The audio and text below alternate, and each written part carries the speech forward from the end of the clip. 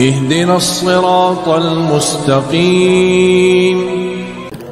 Assalamualaikum warahmatullahi wabarakatuh.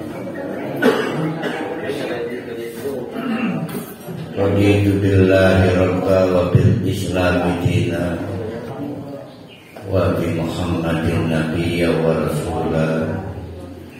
Rabbi zidni ilma warzuqni fahma. Rabbi shrahli sadri wa yassirli amri wahlul 'uqdatam min lisani yafqahu qawli.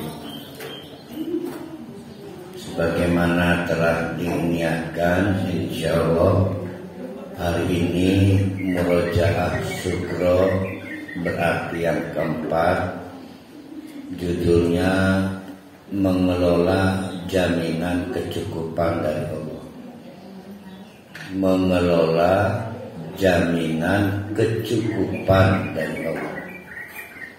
Kalau murojaah sugro yang ketiga apa itu? Ada yang ingat enggak? Yaitu,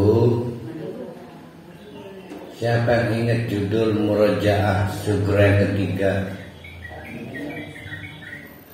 Semua terserah padamu. Kalau murojaah sugro yang kedua, memelihara jaminan keselamatan dari Allah. Nah, yang keempat ini memelihara jaminan kecukupan dari Allah.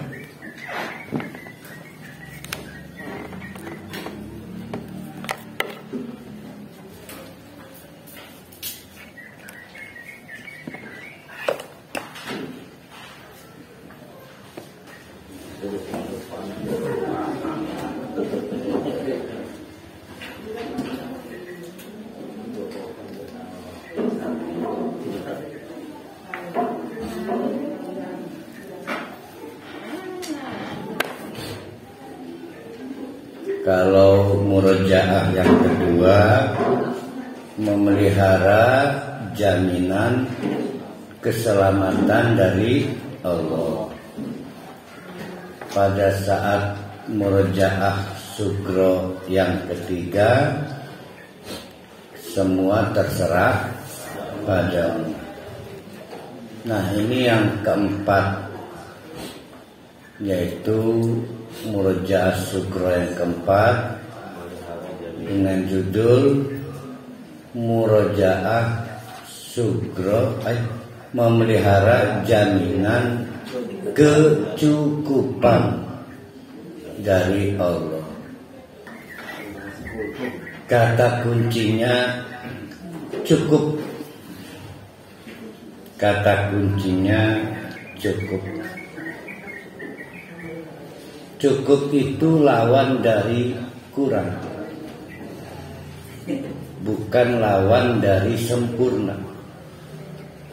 Jadi kalau kita berkekurangan, itu artinya tidak cukup.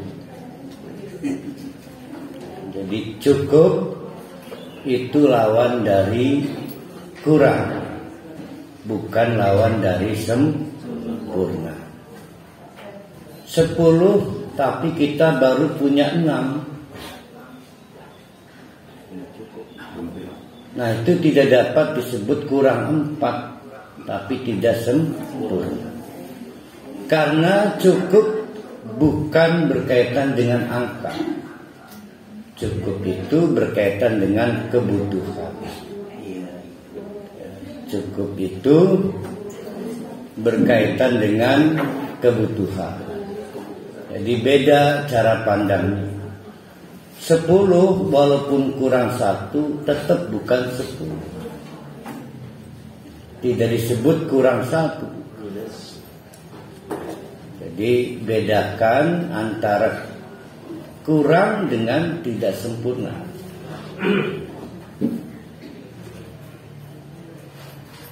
Kita punya banyak harta, maka kita bisa memberi banyak kepada anak-anak kita. Tapi belum tentu kita bisa memberi cukup pada kebutuhan anak kita. Karena cukup itu tidak bisa dipenuhi dengan banyak dan sedikit. Cukup. Pahamur gini Bu Romlah. Pahamur Bogor.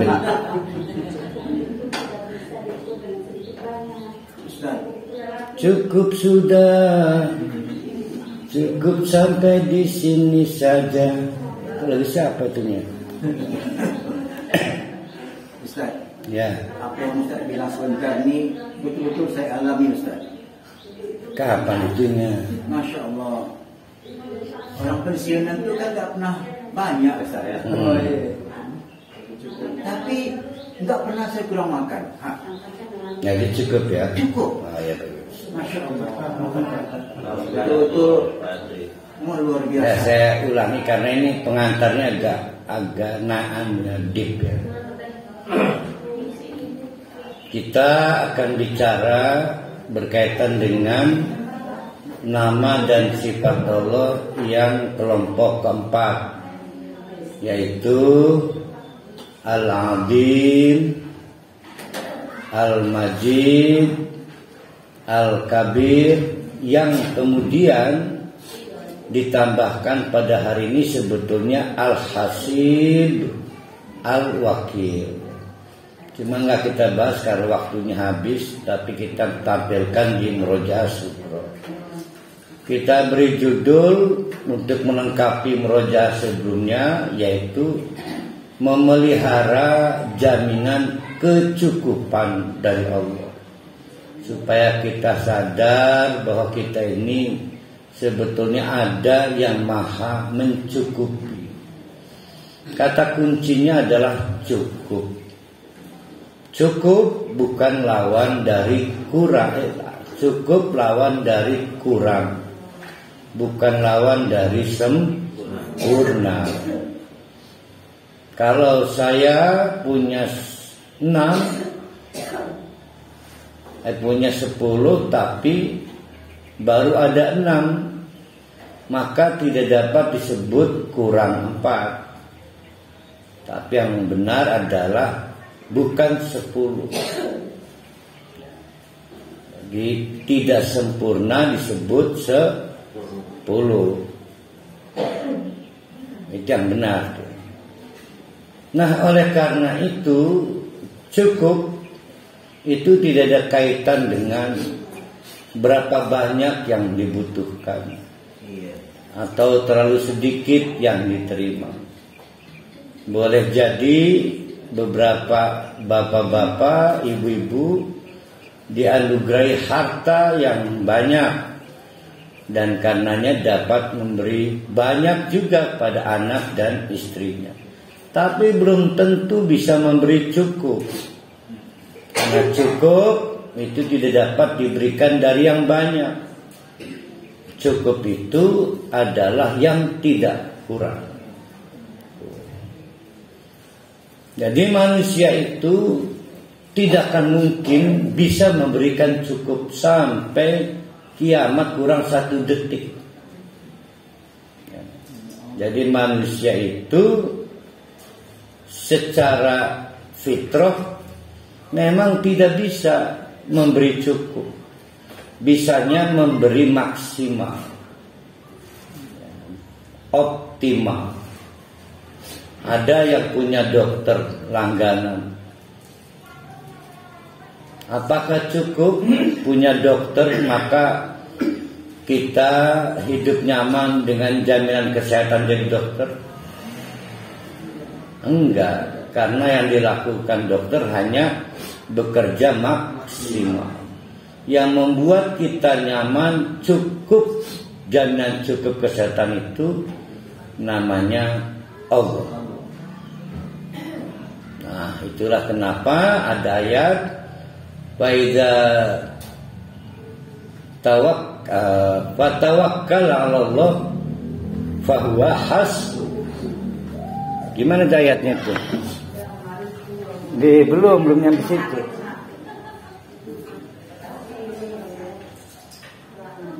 fatawakkala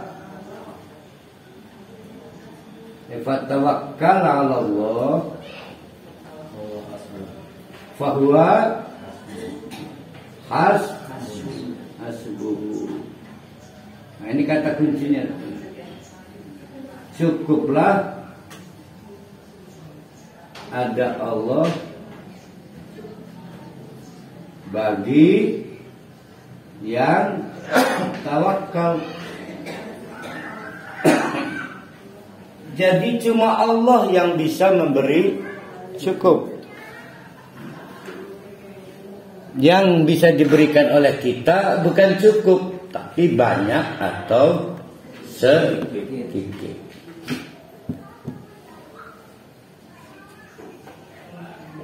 Anak begini senggolan mobil.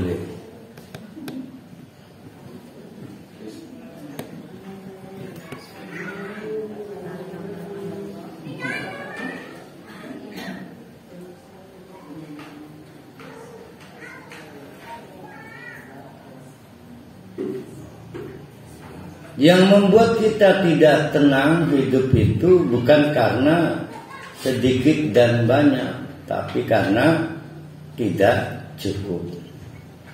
Beberapa kurang beruntung dapat anak berkekurangan.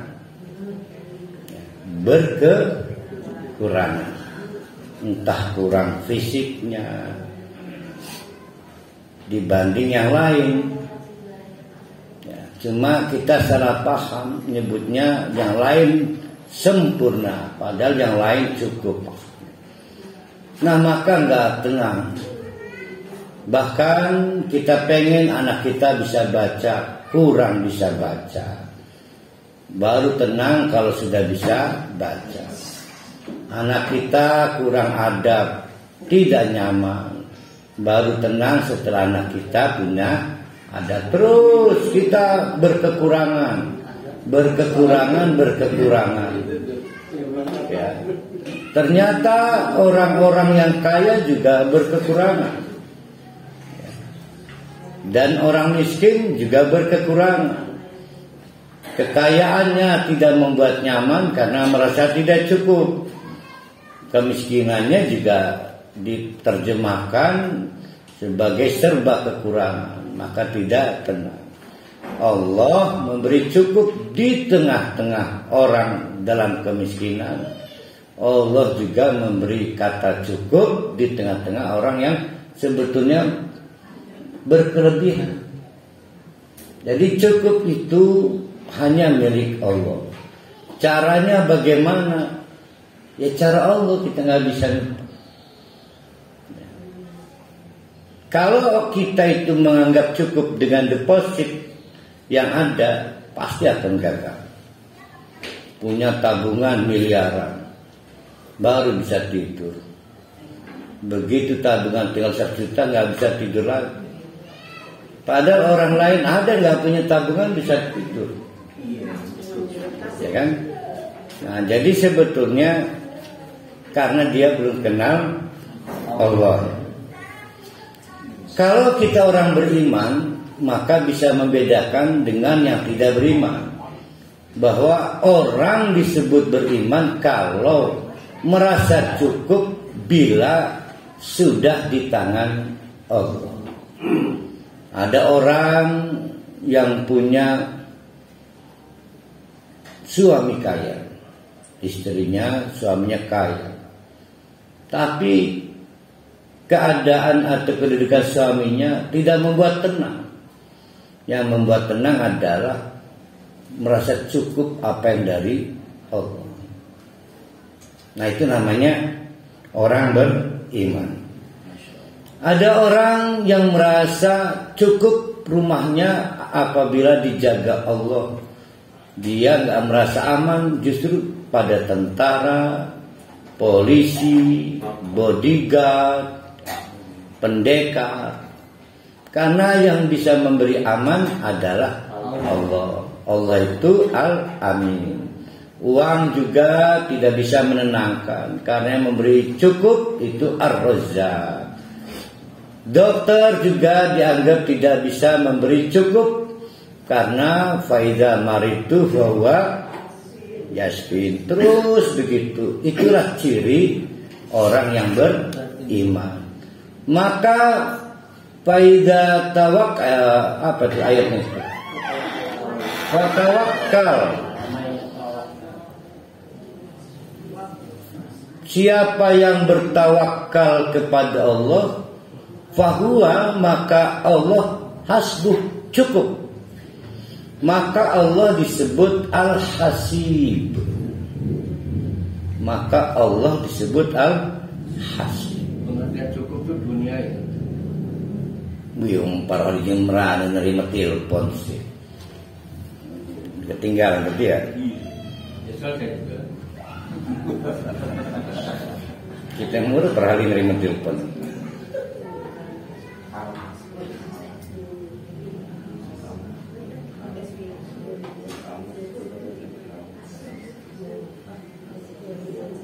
Allah itu hasib. Allah juga wakilun. Jadi pada kelompok 4 ini ada 2 nama yang belum terbahas, tapi kita lengkapi di murojaah ini. Allah itu hasibun, Allah itu wakilun. Tidak mungkin Allah menjadi hasibun kalau tidak kita tempatkan Allah sebagai wakilun. Hasibun itu apa? Pemberi cukup, mencukupi sehingga tidak pernah kekurangan. Jadi cukup itu lawan kurang, ya. Bukan lawan sempurna. Orang mukmin itu nggak nyari sempurna, nyarinya cukup. Dan yang punya cukup hanya Allah. Orang kaya punya banyak tapi tidak bisa mencukupi. Dokter punya banyak pengetahuan tapi tidak bisa mencukupi kebutuhan sehat. Tentara dengan senjata-senjatanya, polisi juga dengan banyak pasukannya tidak bisa memberi rasa aman yang cukup. Tapi mereka bisa melakukan pekerjaan-pekerjaan secara maksimal. Dan yang membuat kita tenang bukan itu, tapi rasa cukup itu. Nah, kalau mau berkecukupan dari Allah, tidak ada jalan. Kecuali kata Allah, saya mau mencukupi kalian, asal kalian menjadikan saya wakil. Tawakal. Maka Allah melengkapi namanya ya, dengan ini Allah hasibun, nama kan hasibun dan wakilun. Allah itu hasib, Allah itu wakil. Kalau hasibah ini kita ambil dari hasibah yahsabu hasban,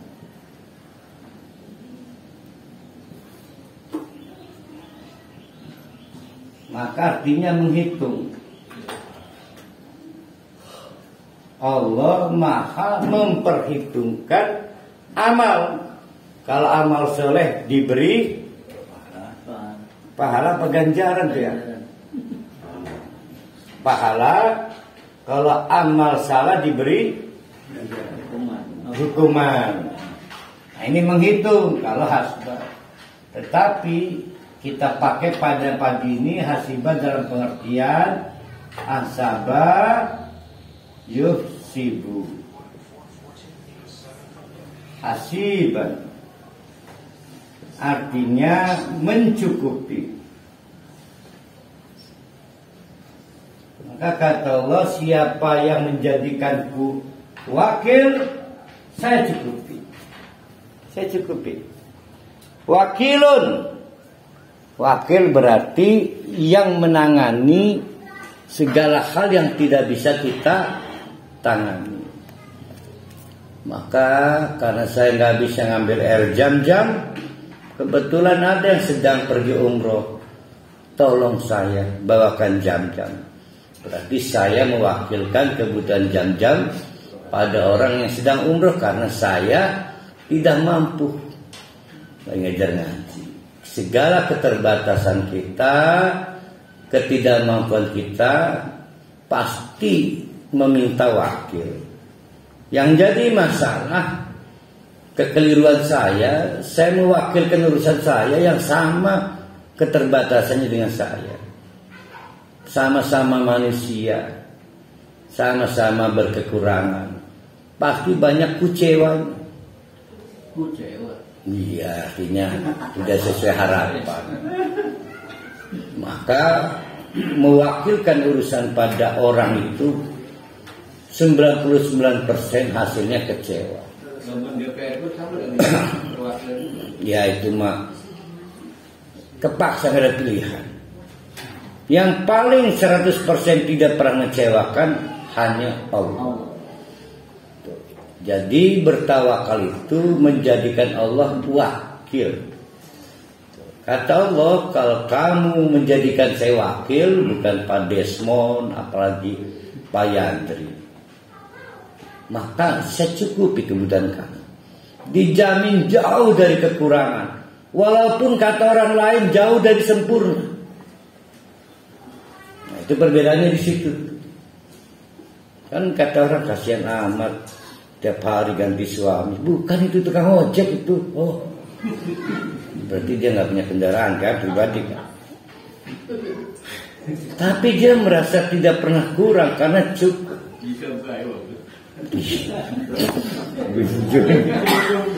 Bunjun ya.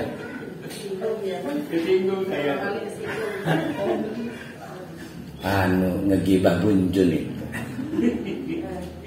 Ya kita halim.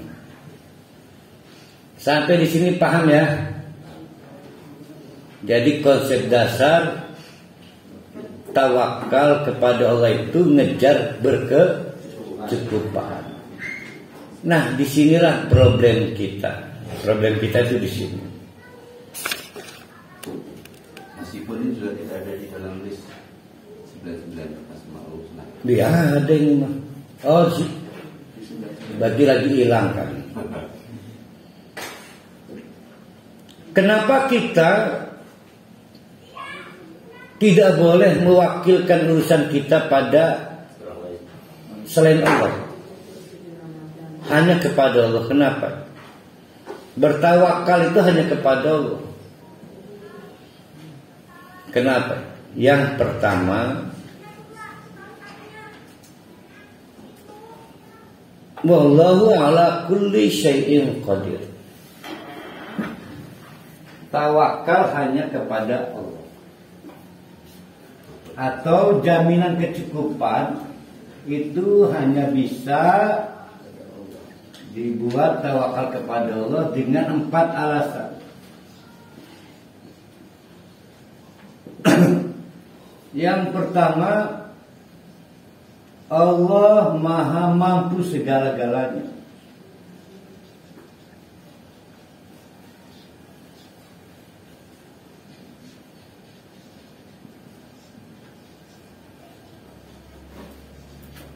Wallahu ala kulli syai'in qadir. Enggak ada yang enggak Allah mampu, semuanya Allah mampu. Sementara kemampuan kita terbatas. Dokter hanya masalah medis. Semakin tinggi ilmuwan semakin lebih sempit lagi. Cuma-cuma masalah ginjal, ada yang cuma bisa masalah gigi. Bahkan sekarang ada yang cuma masalah pita. Karena dia urusannya urusan kecantikan. Ada klinik bening sama kan. 300.000 itu biasanya itu. Pantas banyak ibu yang mukanya licin-licin sekarang Pak. Nah, itu mah penipuan itu.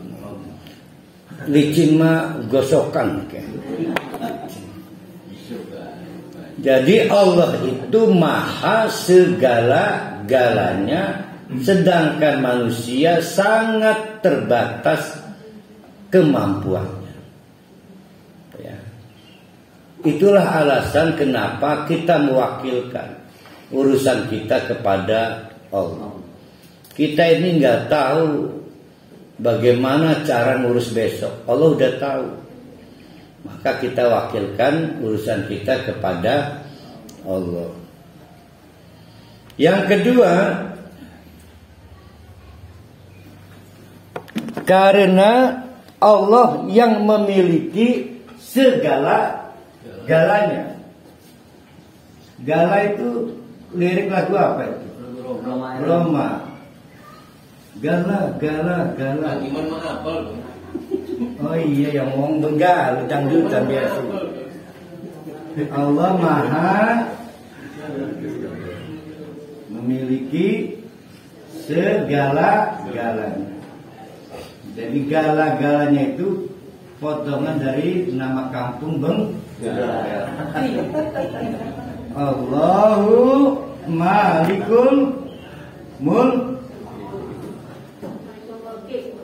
Apa yang Allah nggak punya, semuanya Allah punya. Uang Allah punya. Alat-alat mempercepat perpindahan tempat kendaraan Allah punya. Kita sangat tidak punya apa-apa. Sangat tidak punya apa-apa. Ada seorang ahli ibadah mau diberi hadiah oleh seorang kepala negara.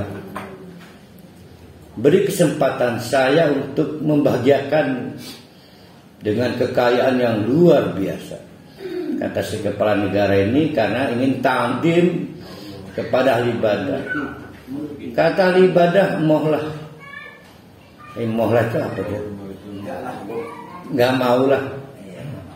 Wah, kenapa? Orang lain pasti berbinar-binar. Enggak lah. Toh juga saya nggak pernah memiliki. Semua hal cuma pinjaman dari Allah. Jadi dia nggak bangga dia. Jadi yang ya kan semua pinjaman kata dia. Jadi apa yang membuat saya bahagia? Nggak ada. Saya mendingan nanti hak milik saya setelah saya mati. Yaitu di akhirat. Jadi nggak mau. Karena memang yang punya segala-galanya itu Allah. Maka itulah kita sangat yakin yang paling tepat kita jadikan wakil yang punya segala-galanya. Celaka kalau istri mewakilkan segala-galanya pada suami. Karena suami cuma punya izin menjadi suami pada istrinya. Kapan waktunya berakhir, baik karena ditinggal pergi atau karena disuruh berakhir oleh pengadilan. Jadi terlalu bahaya kalau ada istri mewakilkan segala-galanya pada suami. Jadi sebatas jadi istri aja. Jangan suami meninggal ikutan meninggal, jangan. Mendingan sebelum terlambat omong pada suami. Nanti kalau mati jangan rewel masing-masing. Ini benar. Yang ketiga, karena Allah tahu segala-galanya, Maha tahu segala-galanya.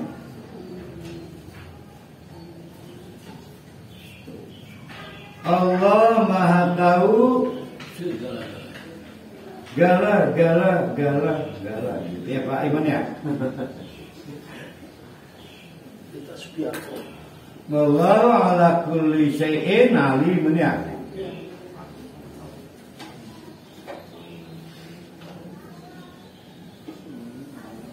Apa yang Allah tidak tahu, semua diketahui Allah. Bahkan yang belum terjadi Allah tahu. Yang belum terjadi Allah tahu. Dulu waktu Pak Haji Rusdi masih usia 10 tahun, udah punya teman di sekolah. Pernah punya janji ya? Masih ingat? Udah lupa kali. Tapi Allah tahu janji Pak Haji Rusdi 70 tahun yang lalu. Allah tahu. Nah, yang kayak begini yang harus kita jadikan wakil.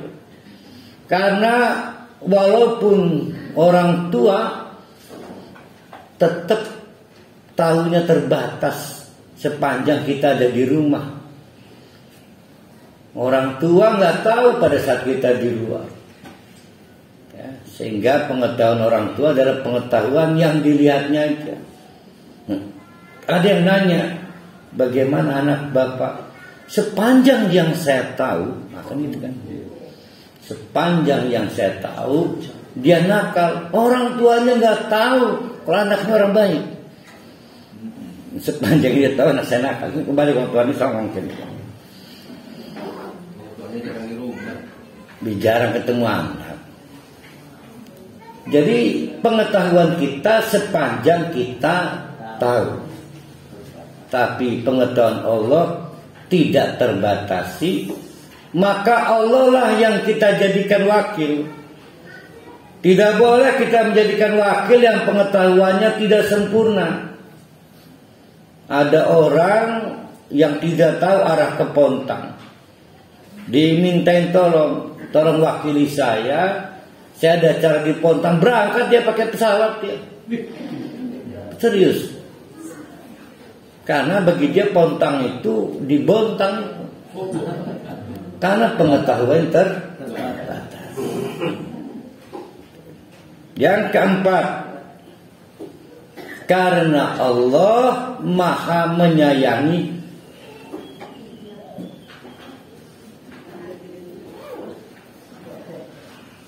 melebihi kasih sayang siapapun. Karena Allah menyayangi melebihi kasih sayang siapapun. Para ulama bersepakat di jagat alam raya ini tidak ada yang mampu menampilkan kasih sayang melebihi seorang ibu kepada anaknya. Itu sudah sepakat para ulama. Sehingga pernah kita angkat ceritanya, begitu panik dan hampir depresi seorang ibu kehilangan anak karena keteringsut di suatu pertempuran. Kauran si ibu lagi dua anak cilik pepeluan perang. Lah anak layaban akhirnya keteringsut. Menangis ngeguak-guak, akhirnya ketemu diambunan saking anunya. Kata Nabi, itulah puncak sayang seorang ibu pada anak. Ya. Tapi Allah lebih dari itu semua. Kan waktu itu kan masalah taubat. Jadi kasih sayang Allah itu melebihi siapapun yang pernah menyayangi apapun. Yang kita jadikan wakil bukan hanya yang kita percaya. Kenapa kita percaya pada Allah? Karena tiga hal. Yaitu karena Allah mampu, segala-galanya mampu. Karena Allah memiliki, segala-galanya dimiliki. Karena Allah tahu, segala-galanya diketahui. Itu kenapa kita merasa aman, memberi amanah. Tapi kenapa kita juga tidak bisa pindah ke lain hati, hanya kepada Allah bertawakal, karena Allah menjadi wakil kita dengan penuh kasih sayang. Sebab banyak orang pintar tidak punya rasa kasih sayang pada majikannya. Banyak juga orang yang berkecukupan diminta jadi wakil berkhianat juga, karena tidak punya rasa sayang kepada orang yang memberikan kuasa wakil. Ya. Nah, Allah melebihi siapapun dalam kasih sayang. Nah, 4 hal inilah yang harus dijaga. Sekarang mari kita ukur, apakah kita layak bertawakal kepada Allah? Wajib, maka kita dapat ihtisab. Nah, ini dulu ihtisab dulu. Kalau saya rubah kalimat hasibah ini menjadi ihtisab,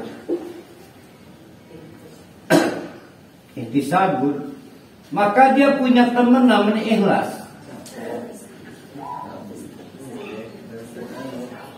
Contoh, siapa yang tadi subuh salat subuh harapannya dapat pahala, itu namanya ihtisab. namanya ihtisab. Jangan pahala lah. Dapat apa pemberian itu disebutnya tuh hadiah. Dapat pemberian dari Allah. Terserah mau dikasih apa kan? Nah, itu namanya ihtisab. Boleh tidak orang sholat lebih dahulu ihtisab daripada ikhlas? Ini cuma berharap ridha Allah. Cuma berharap. Jadi ikhlas itu bukan berarti nggak berharap, tapi cuma ridha Allah. Jadi ada ikhlas, ada ihtisab. Ada 3 keadaan. Yang pertama, ada orang yang mendahulukan ihtisab. Ada orang yang beribadah cuma modal ikhlas, tapi nggak punya ihtisab. Saya nggak nyari apa-apa, saya cuma nyari ridha Allah. Boleh? Nggak boleh. Nggak boleh. Pasti harus ada ihtisab. Jadi kita urut dulu. 1. Ada orang ibadah cuma punya ikhlas, tapi tidak punya ihtisab. Ihtisab dia nggak punya. Ada orang beribadah, ini mah agak nakal ini. Dia punya ihtisab doang, tapi nggak punya ikhlas. Ada orang punya dua-duanya, cuma kebalik. Ihtisab dulu, baru kemudian ikhlas. Nah ini nggak boleh. Ini juga nggak boleh. Ini nggak boleh. Terus yang boleh yang mana? Nggak ada pilihannya.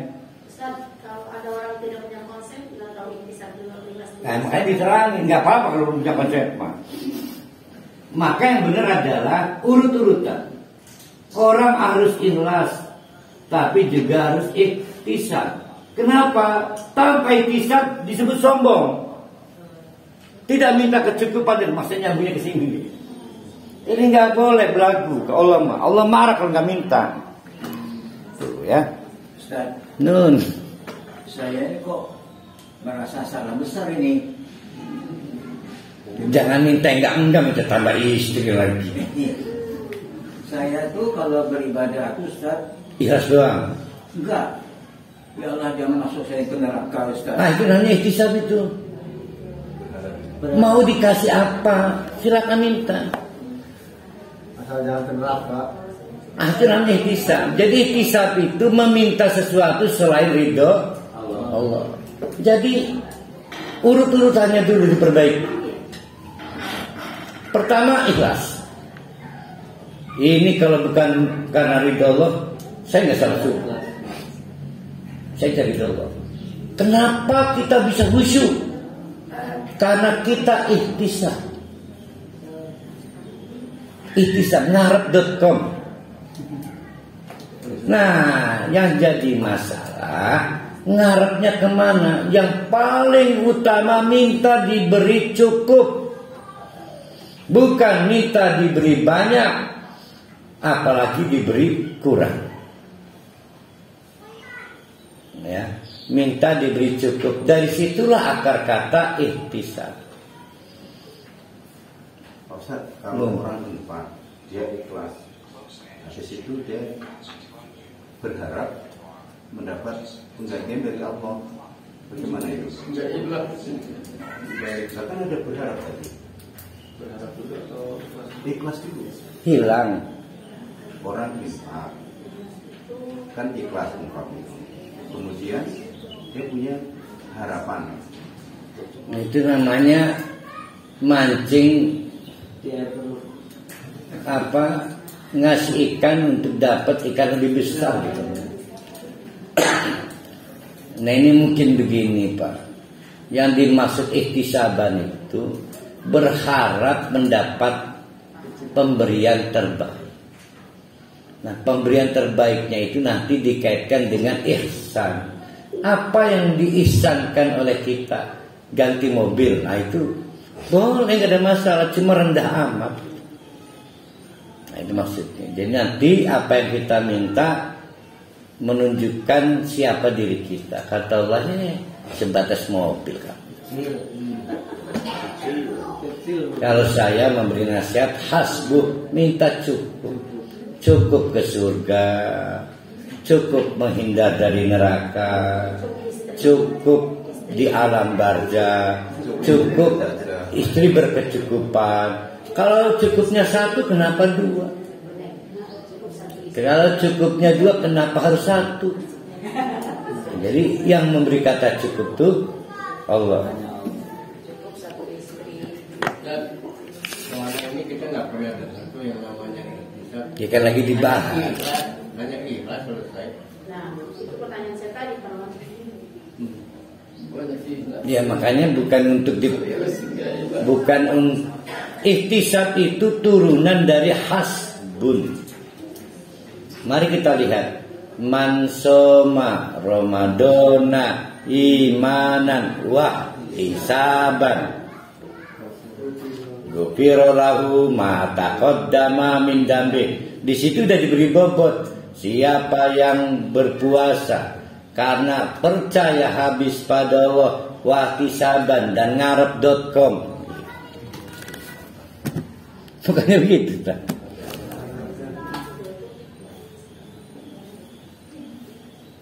Berharapnya harus dikasih keterangan dulu. Ini berkaitan dengan Allah tidak suka kita tidak punya harapan. Allah tidak senang kalau tidak meminta. Ya. Nah, kita kembali dulu. Inilah yang harus kita pahami, bahwa pintu-pintu tawakal, ya, pintu tawakal itu yang tadi dengan 4 alasan itu adalah masuk melalui amal-amal soleh. Jadi tawakal itu masuk melalui amal soleh. Boleh enggak tawakal di luar amal soleh? Rugi. Contoh, Ustadz saya mau kerja, kenapa enggak dijadikan amal kerjanya? Maka dia jadi pintu masuk tawakal. Memasak, bertawakallah ketika memasak, kan berarti memasak menjadi amal soleh. Jadi pintu masuk tawakal itu adalah di amal soleh. Nah yang harus diperbaiki cara berpikir ibu-ibu adalah tawakal itu muncul sejak awal, bukan di akhir. Karena tawakal adalah menimbulkan kekuatan. Tawakal akan berujung pada namanya at-ta'dim, yaitu turunan dari al-adim. Masalah apa yang tidak bisa dihancurkan oleh al-adim? Kan enggak ada. Berarti bonus orang tawakal adalah penyelesaian masalah-masalah besar. Orang bisa tawakal kalau bisa ta'dim pada Allah. Ta'dim, Pak Haji sini bolosnya 4 kali misalnya. Oh iya. Ta'dim. Jadi sulit orang bertawakal kalau belum punya sikap ta'dim, mengagungkan Allah, sehingga hanya Allah yang mampu membuat kita memecahkan masalah-masalah yang besar. Bagi seorang istri, suami yang kata-katanya kasar itu masalah besar, maka minta pada Allah yang al-adim agar suaminya halus tutur katanya. Suami yang pelit pada istri itu masalah besar. Kalau masalah besar mau minta tolong ke siapa? Polisi? Kan nggak bisa. Masalah besar itu masalah yang kita nggak bisa minta tolong. Saya belum pernah dengar ada istri melaporkan suami karena pelit. Mau cerita ke orang tua takut, garan disembengin kita bersetuju, Bob. Kan malu. Dari dulu mama gak setuju, kamu punya suami itu, kamu punya nekat. Sekarang terbuktikan, kan gak mau kita digitukan. tanggung basah. Cerita pada teman tambah panas. Itu masalah besar. Ya, maka kita hadapi dengan al-adil. Ada masalah yang nggak masuk akal. Udah miskin pengen usaha, Alfamart modalnya berapa itu? Ada batas yang rasanya nggak ketajam. Udah tua masih pengen punya anak, karena obsesif pengen punya anak kembar. Udah tua masih berharap aja. Nggak ada masalah. Kita masih punya Allah yang Al-Majid. Tawakal pada Allah. Tapi bagaimana bisa tawakal kalau kita tidak tamjid? Nah, perkara yang paling besar adalah kita gagal menghilangkan al-kibriya. Karena walaupun kita sholat, kita tidak pernah takbir. Nah, ini akan mengungkap kenapa kita sudah tawakal tapi nggak bisa tidur. Karena kita tidak menghiasi tawakal dengan ta'dim, dengan tamjid, dan dengan takbir. Nah, itu rangkaiannya begitu ceritanya. Ya, rangkaiannya. Kan banyak orang tawakal. Tawakal itu dalam lisan apa bentuknya? Kan tawakal itu ada 3. Bil lisan, bil qalbi, bil amal. Bil lisannya hasbiyallah wa ni'mal wakil. Karena ini kan tadi. Bil qalbinya apa bil qalbinya? Tadi ihtisab. Yang ihtisab tadi ngarep.com itu. Itu yang membuat kita sholatnya khusyuk, masak serius.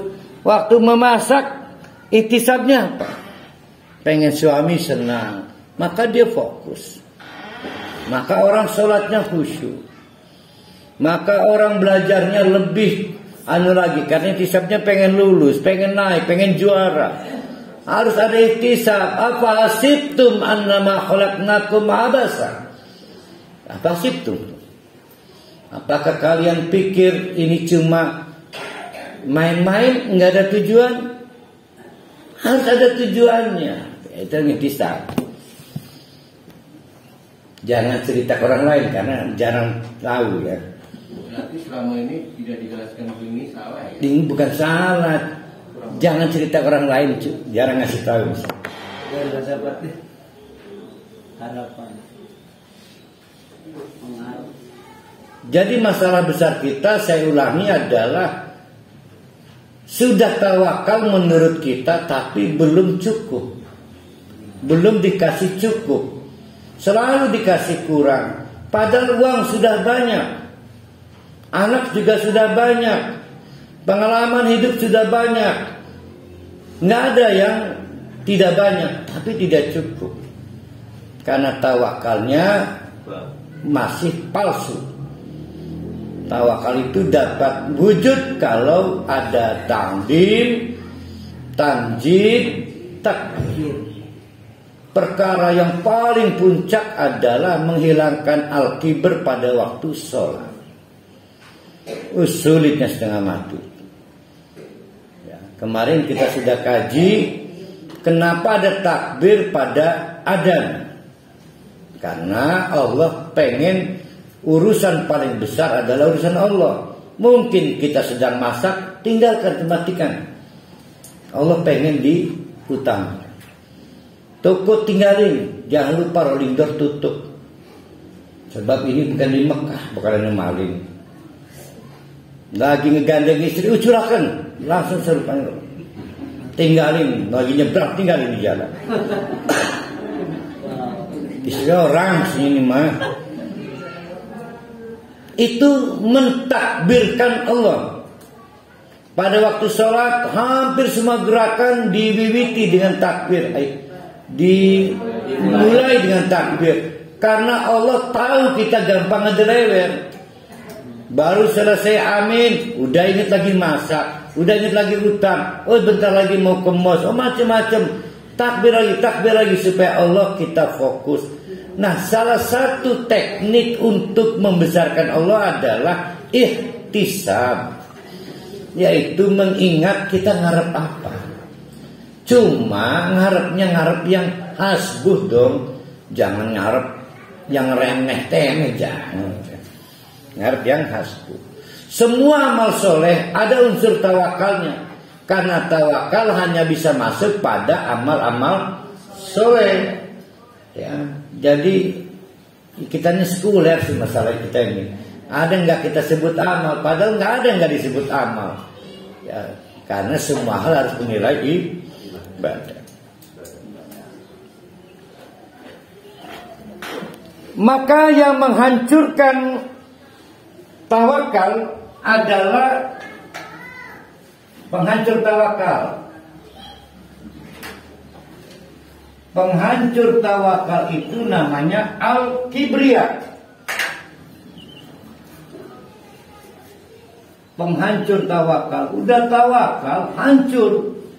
Dibuat asam lambung naik, asam urat naik. Oh, nggak bisa tidur, insomnia. Kenapa? Karena tumbuhnya al-kibriya. Ini adalah zona terlarang. Karena Allah adalah al-mutakabbir. Allah itu adalah sang penguasa kesombongan. Al-mutakabbir. Jadi baik sombong halus. Tahu sombong halus? Sombong halus itu ujub. Sombong halus, ujub. Sombong palsu, riya. Pamer itu sombong palsu. Ataupun sombong terang-terangan, namanya al-kibr. Jadi ada al-kibr, ada al-ujub, ada ar-riya. Ada lagi yang sombong kayak kentut itu, namanya as-sum'ah. Pengen di apa ya?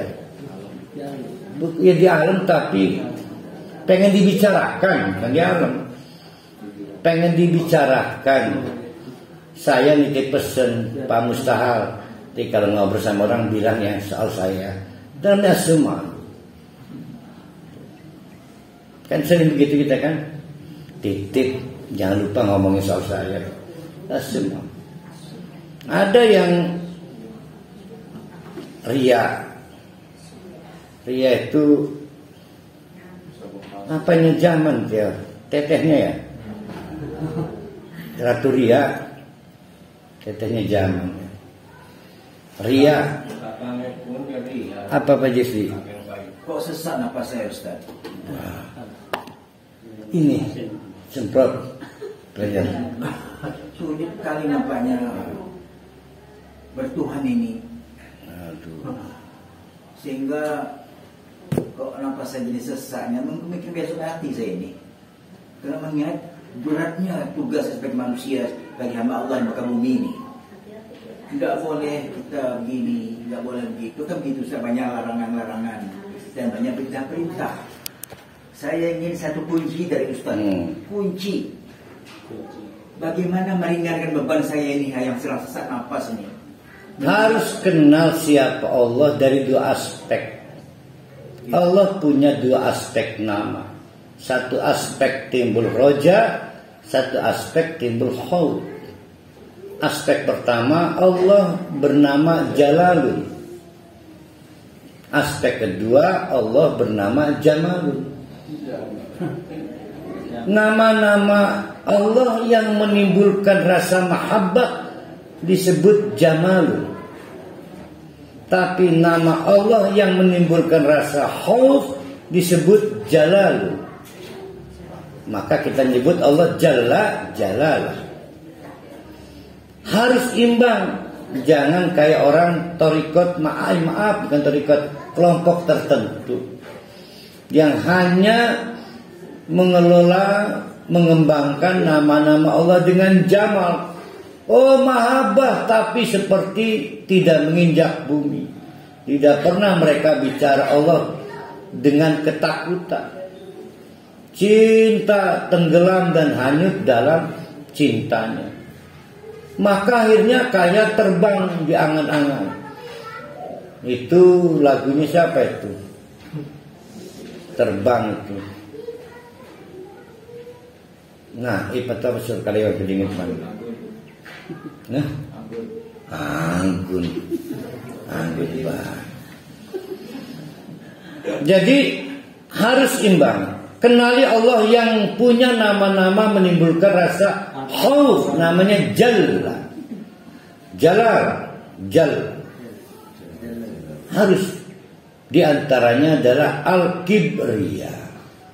Jangan coba-coba mencuri yang milik Allah.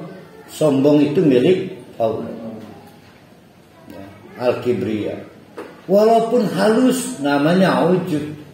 Walaupun cuma menarik perhatian pandangan orang namanya riya. Walaupun cuma karena pengen didengar namanya sum'ah.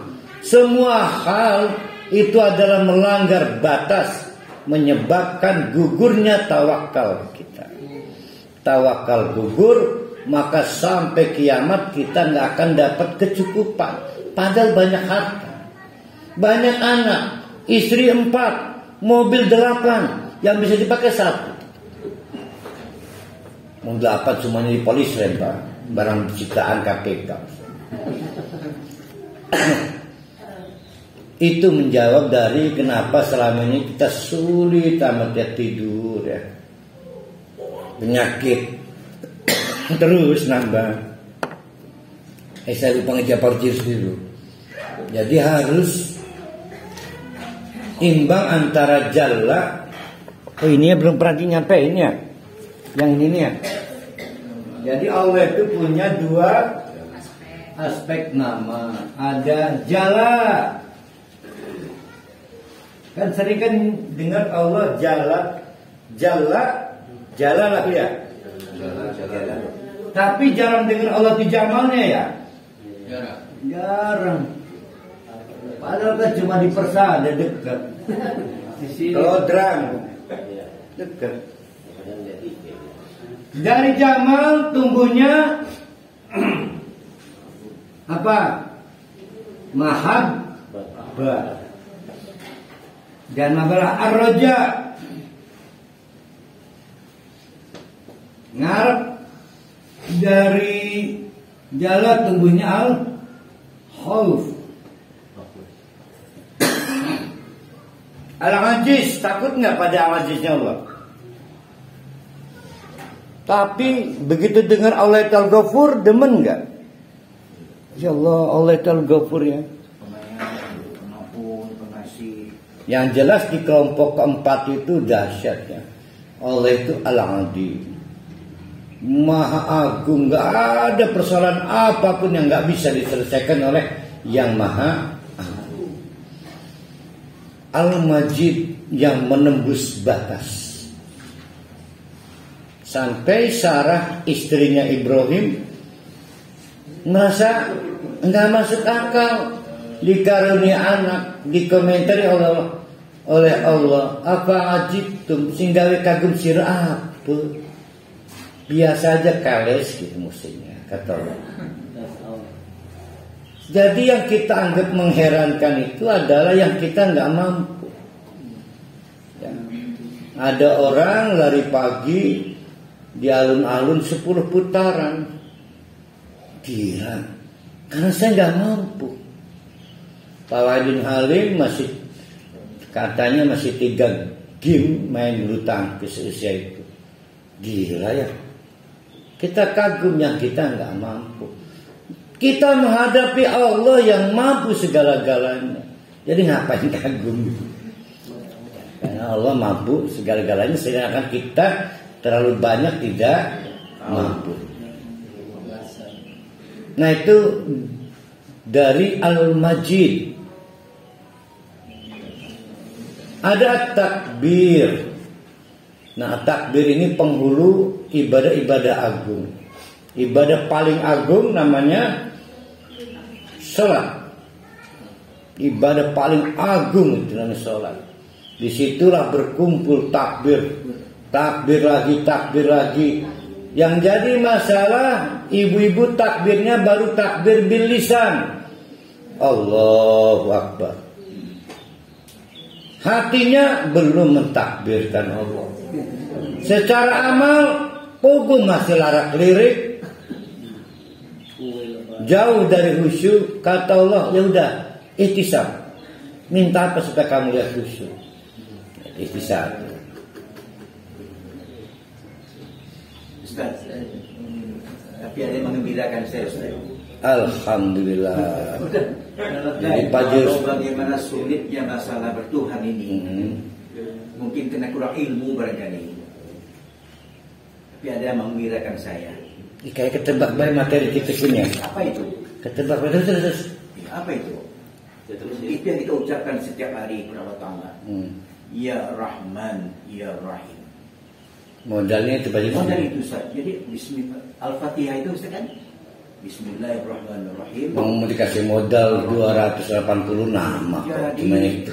dengan mengucapkan dua kata itu saya Ustaz, Udah tenang. tenang rasanya. Ya Rahman. Surga Ustaz. Ya Rahman ya Rahim ya. Iya. Ya Rahman, Ya Rahim. Engkau Maha Pengasih, Engkau Maha Penyayang. Jadi walau bagaimanapun besar dosa saya, kalau saya mengucapkan astagfirullah, pasti Allah ampunkan itu. Maka terbukalah itu surga dosanya. Itu keyakinan saya Ustaz. Salah terus Ustaz? Iya. Saya punya modal banyak nama sifat Allah cuma pakai Rahman Rahim. Banyak modalnya. Jadi kemewahan dari Allah jangan dibatasi oleh Rahman Rahim cuma 2 doang. Masih ada Al-Aziz. Iya. Tapi terima kasih, itu materi saya berikutnya. Kenapa tawakal kita Nun? Kan Allah punya sifat untuk Allah itu ya, sifat al-Ghani. Boleh kita menyebut Allah sama apa? Karena kan dalam ayat beberapa ayat ada dua ini maghdubi alaihim waladdallin. Tergoda Allah makanya Nabi kan banyak tergoda. Nah berarti sifat Allah yang sama pemarah ya di situ. Iya, makanya di antara yang lain puncak dari yang terlarang namanya al-kibr. Nanti turun terus sampai tidak boleh juga memakai baju kemarahan Allah. Karena Allah menunjukkan kemarahan untuk menghukum yang bersalah, dan yang menentukan salah dan benar bukan kita, Allah. Jadi sama posisinya. Seperti melarang kita memakai baju kesombongan, kita juga dilarang memakai baju yang cuma milik Allah. Namanya menghukum, ghadab. Sama. Karena begini Bun Aja Neneng, kita udah dapat hal baik dari Allah, maka sekedar menahan hal yang kita inginkan tidak berarti apa. Yang kedua, penghancur dari tawakal. Penghancur pertama apa? Sombong atau lemahnya tawadhu. Penghancur kedua,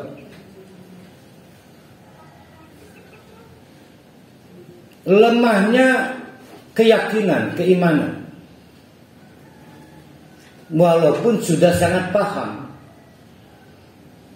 Seperti tadi wajah Neneng atau Pak Haji Rusti, Allah kan Ar-Rahman, Allah kan Al-Ghadab. Itu menunjukkan tingginya pengetahuan kita. Tapi belum tentu keimanan kita tinggi. Ya.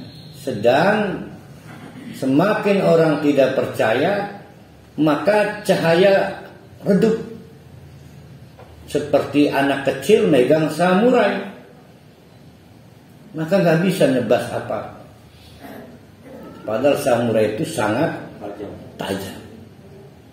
Tapi diserahkan pada anak kecil. Jadi iman menyebabkan tumpulnya samurai. Jadi sayang sekali sudah ngaji di sini kan tahu banyak, tapi nggak punya iman. Ya kayak samurai dinyakani anak cilik, ya. Maka dia nggak bisa digunakan apapun. Jadi tumpul. Satu tahap berterima kasihlah pada Allah. Kita jadi banyak tahu soal Asmaul Husna.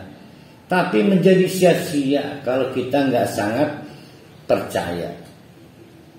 Ya, tidak sangat percaya. Keluhan yang paling sering saya dengar, Ustaz, saya menghadapi masalah ini. Oleh Ustaz saya disarankan hasbiyallah wa ni'mal wakil. Ini versi panjang ya. Jangan sendiri kamu berdua sama istri baca, ganti hasbunallah ya Ustaz, ganti hasbunallah. Tapi kau tetap haji Ustaz, dia punya masalah. Saya jawab yang salah kamu bukan Allah. Karena ya ayyuhalladzina amanu dzkurullaha dzikran katsiran, enggak pakai batas sekali. Jadi terus saja hasbiyallah wa ni'mal wakil. Sampai kapan? Sampai Allah memberikan cukup tenang. Orang lain yang nagih juga cukup. Orang lain yang kecewa juga cukup kecewa. Nah itu, jadi jangan membatasi zikir. Alhamdulillah balik lagi. Tapi ini gak pakai lama, cuma seminggu cukup juga.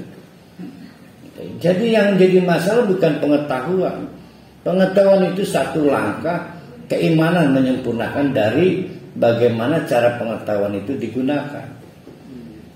Nah, menumbuhkan keimanan ini yang barang susah. Orang yakin itu ya.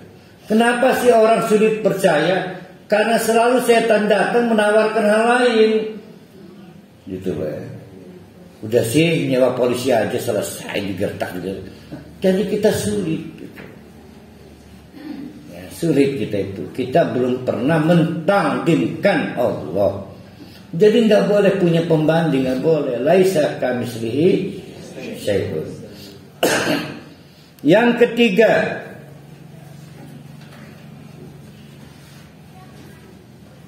tadi ngejawab pengetahuan Pak Rusdi ya. Allah di surat Al-A'raf ayat 205, saya lupa 251 atau 201 saya lupa ya.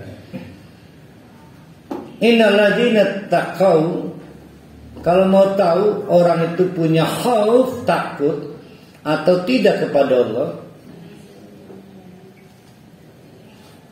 itu bisa kelihatan pada saat idza massahum ta'ifum minasyaitan. Pada saat digoda oleh setan. Maka orang itu yadkuru faidahum mubsirun. Cepat-cepat berzikir. Faidahum mubsirun. Itu setan bisa kelihatan. Bisa membedakan ternyata bukan istrinya itu setan. Istrinya ngerengek-rengek terus. Dikira istri ternyata udah berubah wajah jadi setan. Itu hanya bisa dilihat pada saat kita berzikir. Jadi berzikir itu bisa mengenali ini istrinya lagi jadi setan apa manusia. Faidahum mubsirun. Nanti kelihatannya setan, godaan setan itu pembatal tawakal. Godaan setan itu pembatal tawakal. Waswasa fi sudurinas. Waswas. Tapi pengusir setan juga zikir. Nah, timbul pertanyaan, kenapa orang hasbiyallah kan zikir nih? Hasbiyallah wa ni'mal wakil. Hasbiyallah wa ni'mal wakil. Kok bisa ditembus setan? Kan mestinya nggak bisa minyak dengan air nyampur. Itu juga membuktikan kita baru berzikir bil lisan. Kalau hati kita istaghala bidzikri, disibukkan dengan zikir, maka mustahil setan bisa masuk. Mustahil. Jadi luar biasa, setan bahkan mencari orang yang zikir supaya zikirnya gugur. Oleh karena itu nasihat terbaiknya adalah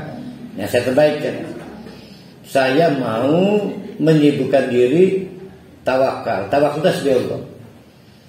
Kenapa? Saya akan berangkat ke umroh. Nah, saya mau sejam tawakal. Hasbiyallah wa ni'mal wakil. Nah, sebelum memulai, a'udzu billahi minasyaitonir rajim. Caranya mulai di situ. Kalau bismillah gimana Ustaz? Tidak pernah dapat riwayat. jadi bertaut ya. Ini menjelaskan bahwa pada dasarnya setiap zikir itu kalamullah. Faida qara'tal Quran fasta'id billah. Bukan faqra bismillah kan?